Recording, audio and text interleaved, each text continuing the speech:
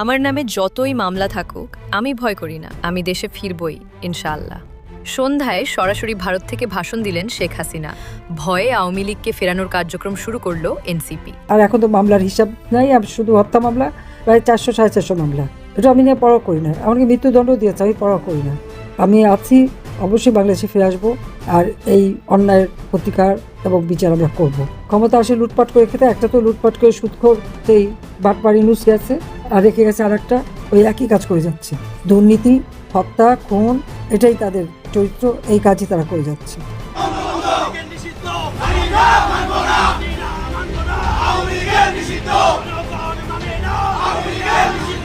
আওয়ামী লীগ সরকার যেভাবে উন্নয়ন করছে, মূলক উন্নয়ন কোনো ব্যক্তি আর করবেও না, আর আসবেও না। এবং কি যার ঘর নাই তারা ঘর দিছে, যার বাড়ি নাই তারা বাড়ি দিছে, মুক্তিযোদ্ধার ভাতা দিছে, মেট্রো রেল করছে, পদ্মা সেতু করছে, কর্ণফুলি টালিং করছে। কারণ এটা স্বাধীনতা পক্ষের দল, স্বাধীনতা ঘোষণার দল। আওয়ামী লীগ এবং তাদের অঙ্গ সংগঠনের বাংলাদেশে আওয়ামী লীগ ফিরবে, অবশ্যই ফিরবে।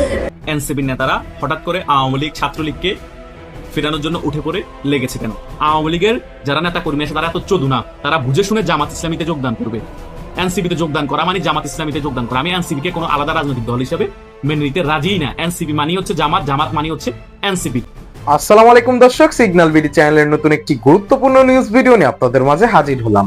প্রিয় দর্শক, বাংলাদেশের বর্তমান রাজনৈতিক প্রেক্ষাপট নিয়ে ইতিমধ্যে অনেকগুলো ভিডিওর অংশবিশেষ আপনারা দেখেছেন এবং আশা করি দেখেই বুঝতে পেরেছেন আজকের ভিডিওটি কতটি গুরুত্বপূর্ণ এবং আকর্ষণীয় হতে চলেছে। এখনো যারা আমাদের চ্যানেলটি সাবস্ক্রাইব করেননি তাদের সবাইকে বলবো আমাদের চ্যানেলটি সাবস্ক্রাইব করে পাশে থাকা বেল আইকনটি অন করে দিবেন। আর যারা ইতিমধ্যে সাবস্ক্রাইব করেছেন তাদেরকে অসংখ্য ধন্যবাদ। আর হ্যাঁ, কে কোথা থেকে ভিডিওটি দেখছেন অবশ্যই কমেন্ট বক্সে জানিয়ে যাবেন। তো প্রিয় দর্শক, চলুন আর কথা বাড়াবো না, একটি লাইক দিয়ে মূল ভিডিওতে যাওয়া যাক। প্রতিদিনই আমাদের অগণিত নেতা কর্মীদের উপর যে নির্মম অত্যাচার, নির্যাতন, তার উপর আবার চাঁদাবাজি, চাঁদা না দিতে পারলে নির্যাতন, ঘর বাড়ি লুটপাট। বাংলাদেশে বোধহয় এমন কোনো অঞ্চল নাই যেখানে মানুষকে হত্যা করেনি। এর তীব্র নিন্দা আমি জানাই। আজকে একে একে সব ধ্বংস করেছে।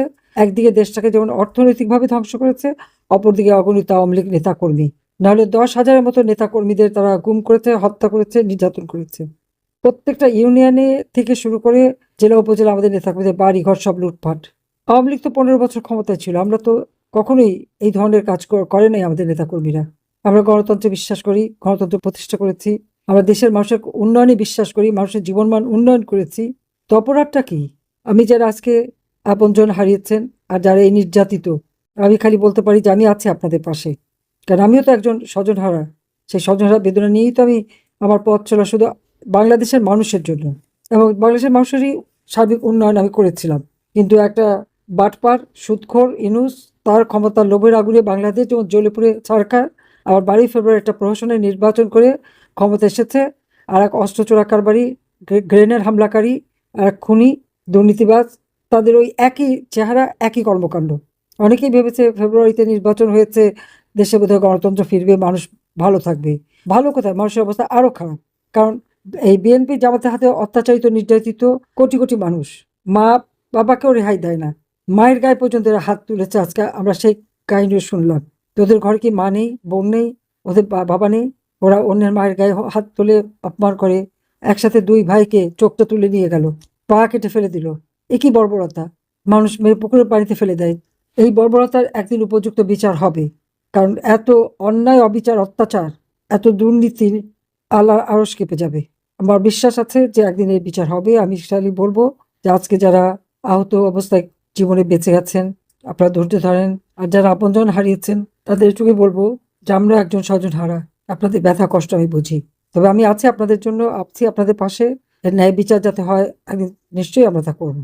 আমাদের বিরুদ্ধে তো মিথ্যা মামলা দিয়ে একের পর এক হয়রানি করেই যাচ্ছে, কিন্তু আমার আত্মবিশ্বাস আছে কোনো অন্যায় করিনি। এরকম অত্যাচার নির্যাতন বিএনপির আমলেও হয়েছে। খালেদা জি আমার বিরুদ্ধে 12টা মামলা দিয়েছিল, কেয়ারটেকার গভর্নমেন্ট এসে আরও 6টা মামলা দেয়। প্রত্যেকটা মামলা আমি বলছিলাম যে তদন্তকে আমাকে রিপোর্ট দিতে হবে, সেটাই করেছে, কোনো অন্যায় পাইনি। আর এখন তো মামলার হিসাব নাই, আমি শুধু হত্যা মামলা প্রায় 400-450 মামলা। এটা আমি নিয়ে পড়া করি না, এমনকি মৃত্যুদণ্ড দিয়েছে, আমি পড়া করি না। আমি আছি, অবশ্যই বাংলাদেশে ফিরে আসবো, আর এই অন্যায়ের প্রতিকার এবং বিচার আমরা করব। এবং আল্লাহ সেদিন আমাদের দেবে, জনগণ দেবে, বাংলাদেশের মানুষ দেবে। আজকে মানুষের কত কষ্ট আপনারা চিন্তা করতে পারেন। ঘরে খাবার নাই, বিদ্যুৎ নাই, গ্যাস নাই, সার নাই, কৃষক সেচ দিতে পারে না, পানি নাই, একটা পাটা ইন্ডাস্ট্রি বন্ধ, শ্রমিকরা বেকার, তরুণ সমাজ কাজ পায় না, চাকরি পায় না। অথচ আওয়ামী লীগের আমলে তো সবকিছুই ছিল। প্রত্যেকটা সেই বয়স্ক ভাতা, বিধবা ভাতা, প্রতিবন্ধী ভাতা আমরা দিয়েছি, মুক্তিযোদ্ধা ভাতা দিয়েছি, ঘরে ঘরে বিদ্যুৎ, বিনা পয়সায় 30 প্রকার ওষুধ কমিটি ক্লিনিক থেকে আমরা দিয়েছি, মাতৃত্বকালীন ভাতা দিয়েছি, বিনা পয়সায় বই দিয়েছি, চিকিৎসা ব্যবস্থা করেছি, মানুষের কর্মসংস্থান ব্যবস্থা একেবারে গ্রাম পর্যায় পর্যন্ত করে দিয়েছিলাম। কিন্তু একদিকে যেমন অর্থনীতি ধ্বংস, সামাজিক নিরাপত্তা নাই, মা বোনের ইজ্জত নাই, শিক্ষকদের ইজ্জত নাই, তার উপর এই সন্ত্রাসী কর্মকাণ্ড এখনো করে যাচ্ছে। এদের শিক্ষা হবে কবে আমি জানি না। এই অবস্থায় আমি অবশ্যই বলবো, আমাদের অগণিত নেতাকর্মীকে মামলা দিয়েছে, লক্ষ লক্ষ নেতাকর্মীর বিরুদ্ধে মামলা। এই সকল মামলা প্রত্যাহার করতে হবে, সকল রাজবন্দীদের মুক্তি দিতে হবে। এই মিথ্যা মামলা দিয়ে হয়রানি করা এবং কথায় কথায় কোপানো, মানুষ মার, এটা বন্ধ করতে হবে। তাছাড়া এই যে নিত্য প্রয়োজনীয় জিনিসের দাম যেভাবে বেড়ে গেছে, মানুষের আয় নাই কিন্তু ব্যয় আছে, কিন্তু দেখারও কেউ নাই। ক্ষমতা আসে লুটপাট করে খেতে, একটা তো লুটপাট করে সুদখোর সেই বাটপাড়ি নুস গেছে, আর রেখে গেছে আর একটা, ওই একই কাজ করে যাচ্ছে। দুর্নীতি, হত্যা, খুন, এটাই তাদের চরিত্র, এই কাজই তারা করে যাচ্ছে। এখন সকলকে ঐক্যবদ্ধ হতে হবে আর এই অন্যায়ের বিরুদ্ধে রুখে দাঁড়াতে হবে। এবং প্রত্যেক এলাকায় যেখানে বিদ্যুৎ নাই, গ্যাস নাই, সান নাই, সেসব এলাকায় সব মানুষকে ঐক্যবদ্ধ হতে হবে। আমি তো 2,62,00,000 কৃষককে কৃষি উপকরণ কার্ড আমি দিয়েছিলাম। আজকে আবার নাকি কৃষি কার্ড দিচ্ছে, দেখা গেল গাড়ি বাড়ির মালিক একজন মোটা তাজা, তাকে নতুন লুঙ্গি, নতুন গেঞ্জি পরিয়ে, গামছা বাতা দিয়ে তার হাতে কৃষি কার্ড তুলে দিচ্ছে। ভাওতাবাজির একটা সীমা থাকে, নাটক করার একটা সীমা থাকে। টিকা দিতে পারে না, কত বড় মিথ্যা কথা বলে। আওয়ামী লীগের আমলে নাকি টিকা দেয়নি। এই মিথ্যাচার তার বন্ধ করতে হবে তারেকের। আওয়ামী লীগ আমলে এমনকি কোভিডের সময় বিনামূল্যে টিকা দিয়েছে, ওর মা খালেদা জিয়ারও বিনামূল্যে টিকা দিয়েছিলাম।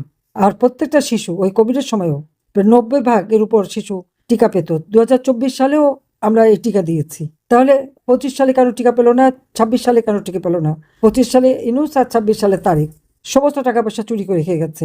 7,97,000 কোটি টাকার বাজেট দিয়েছিলাম, যেখানে স্বাস্থ্য খাতে বিরাট অঙ্কের টাকা, সব চুরি করে লুটপাট করে খেয়ে আজকে শত শত শিশু মারা যাচ্ছে। হাসপাতালে যে কটা শিশু নিয়ে যাচ্ছে তাদের হিসাব পাওয়া যাচ্ছে, কিন্তু তার বাইরে ঘরে যে যারা মারা যাচ্ছে সেই হিসাব তো নাই। এই শিশু হত্যার দায় ইনুস আর তারেককে নিতে হবে। কেন ক্ষমতা আসার সাথে সাথে সে টিকা দেওয়ার ব্যবস্থা করতে পারলো না?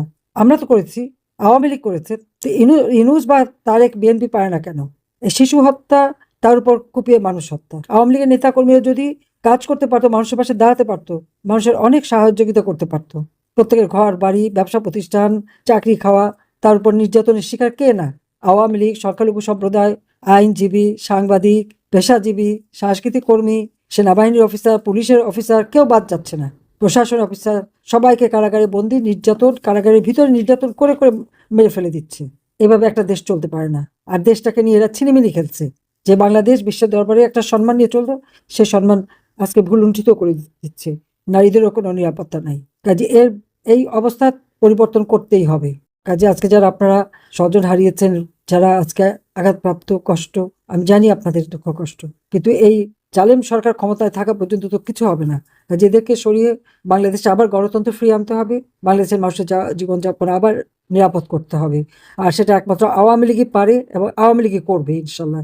আপনারা সবাই একটু ধৈর্য ধরে দোয়া করেন। আমি আপনার জন্য দোয়া করি আল্লাহর কাছে, আপনারা সুস্থ থাকেন, আপনারা তাড়াতাড়ি সুস্থ হয়ে ওঠেন। আর যারা স্বজন হারিয়েছেন তাদের বলবো, স্বজন হারাবার বেদনা আমার থেকে আর কেউ বুঝে না। কাজে আমি আছি আপনাদের সকলের পাশে। সবাইকে আবারও কথা বলতে পেরে আমারও খুব ভালো লাগছে যে আপনাদের কষ্টের কথা শুনছি, অন্তত আপনাদের ব্যথার সাথী হতে পারছি। আজকের মতো এখানে বিদায় নিই, আবার দেখা হবে। খোদা হাফেজ। জয় বাংলা, জয় বঙ্গবন্ধু।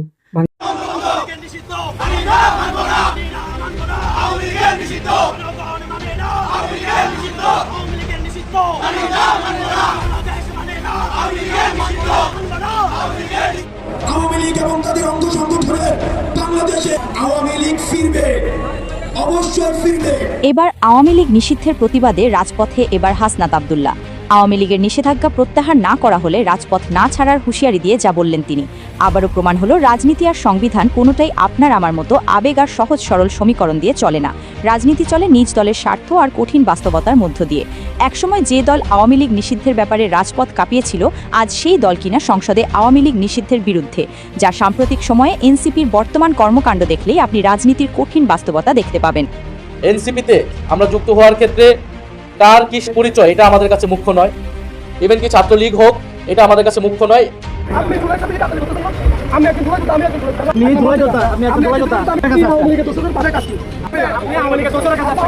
এবার আওয়ামী লীগ নিষিদ্ধের প্রতিবাদে সংসদ থেকে রাজপথে হাসনাত আব্দুল্লাহর কঠিন হুঁশিয়ারি। আওয়ামী লীগ এবং তাদের অঙ্গ সংগঠনের বাংলাদেশে আওয়ামী লীগ ফিরবে, অবশ্যই ফিরবে। প্রিয় সহযোদ্ধা, আপনারা জানেন, তিনি বলেন, প্রিয় সহযোদ্ধারা, আপনারা জানেন কিছুদিন আগে সংসদে বিএনপি জনগণের এবং বিরোধী দলের মতামতকে উপেক্ষা করে আওয়ামী লীগ নিষিদ্ধ করেছে। তারা কিভাবে জনগণের এবং বিরোধী দলের ম্যান্ডেট ছাড়া সংসদে এই অবৈধ বিল পাশ করে? তারা এখন জনগণের বাইরে গিয়ে মনগড়া আইন বানিয়ে যা ইচ্ছা তাই করে যাচ্ছে। আমরা তা কখনো হতে দেব না। প্রয়োজন হলে আওয়ামী লীগ এবং তার অঙ্গ সংগঠনের নেতাকর্মীরা বাংলাদেশে ফিরবে, আবারও অবশ্যই ফিরবে। জনগণ চাইলে ফিরবে, কিন্তু অবৈধভাবে নিষিদ্ধ করে নয়। এটা আমরা কখনো হতে দেব না। হাসনাত আব্দুল্লাহ হুঁশিয়ারি দিয়ে আরও বলেন, যদি আওয়ামী লীগের অবৈধ নিষেধাজ্ঞা প্রত্যাহার করা না হয় তাহলে রাজপথে থেকেই এর ফয়সালা করা হবে। প্রথমত, এনসিপি নেতারা বাংলাদেশের রাজনীতিতে আওয়ামী লীগকে ফিরাতে চাচ্ছে না। এনসিপি নেতারা বরং আওয়ামী লীগ এবং ছাত্রলীগকে এনসিপিতে ফিরানোর জন্য চেষ্টা করছে। তারা কিছুদিন আগে ক্লিয়ারলি বলে দিয়েছে, যারা গুম হত্যার সাথে জড়িত নাই এবং ফেসিস্ট কোনো কর্মকাণ্ডের সাথে জড়িত নাই তারা এনসিপিতে যোগদান করতে পারবেন। মানে তাদের কথা হচ্ছে, আওয়ামী লীগ বাংলাদেশের রাজনীতি করতে পারবে না, আওয়ামী লীগের কার্যক্রম নিষিদ্ধ থাকবে, এবং আওয়ামী লীগের এবং ছাত্রলীগের কেউ যদি রাজনীতি করতে চায় তারা এনসিপিতে যোগদান করতে পারবে। আর এনসিপিতে যোগদান করলে তারা ধোয়া তুলসী পাতা হয়ে যাবে। মানে বাংলাদেশ হয়ে গিয়েছে এখন মবের মুল্লুক থেকে আবার মগের মুল্লুক। মানে তাদের দলে কেউ যুক্ত হয়ে রাজনীতি করলে সে ক্লিন ইমেজের ব্যক্তিত্ব হয়ে যাবে, আর আওয়ামী লীগ করলে সে ফেসিস্ট এবং গুম হত্যাকারী হয়ে যাবে। এই সকল মস্কারী জনগণ বেশি দিন বরদাস্ত করবে না।